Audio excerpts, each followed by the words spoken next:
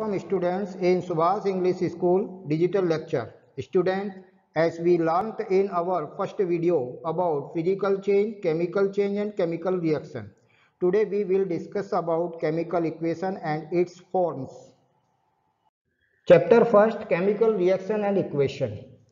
Main points: chemical equation, forms of chemical equation. Chemical equation. What is chemical equation? A symbolic representation of chemical reaction in which physical state of reactant and product and required conditions like temperature, pressure and presence of catalyst are mentioned.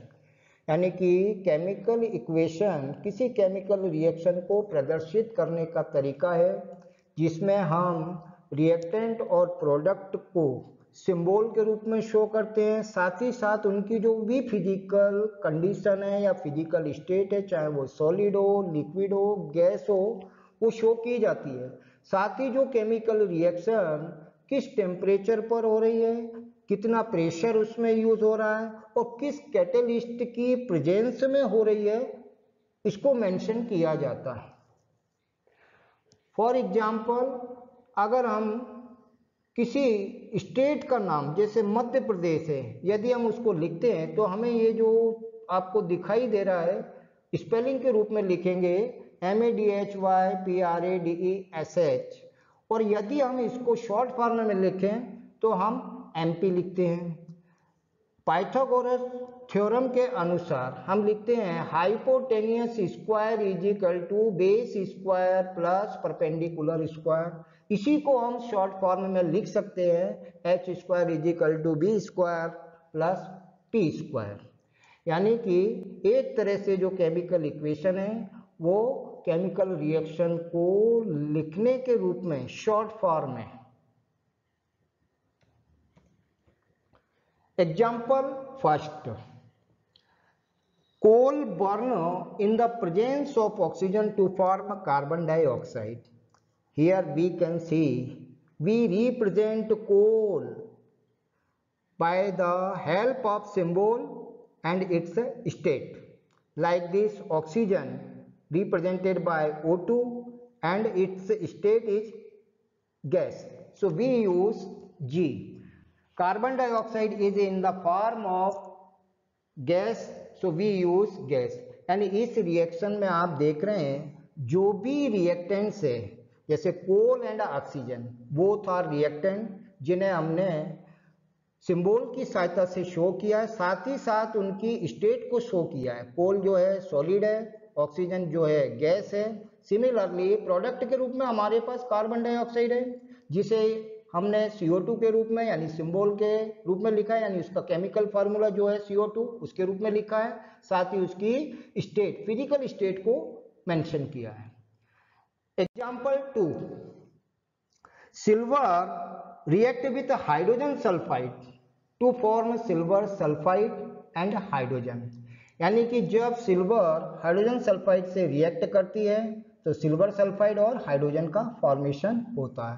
इस case में भी हम देख रहे हैं कि silver का जो सिंबल है वो है Ag, हाइड्रोजन सल्फाइड का फार्मूला है वो H2S है, सिल्वर सल्फाइड का फार्मूला है Ag2S और हाइड्रोजन का फार्मूला है H2। साथ ही हमने रिएक्टेंट जो सिल्वर और हाइड्रोजन सल्फाइड है उनकी फिजिकल स्टेट को मेंशन किया है। सिल्वर जो है वो सॉलिड है एंड हाइड्रोजन सल्फाइड जो है गैस है। हियर सिल्वर सल्फाइड है ना, जो कि सॉलिड है उसको भी शो किया है और हाइड्रोजन जो है गैसियस फॉर्म है उसको भी शो किया है। Example 3, carbon dioxide react with water in the presence of sunlight and chlorophyll to form carbohydrate and oxygen. In photosynthesis, plant use carbon dioxide and water in the presence of sunlight and chlorophyll to form their food in the form of carbohydrate which is stored in their body, and oxygen is produced as a co-product.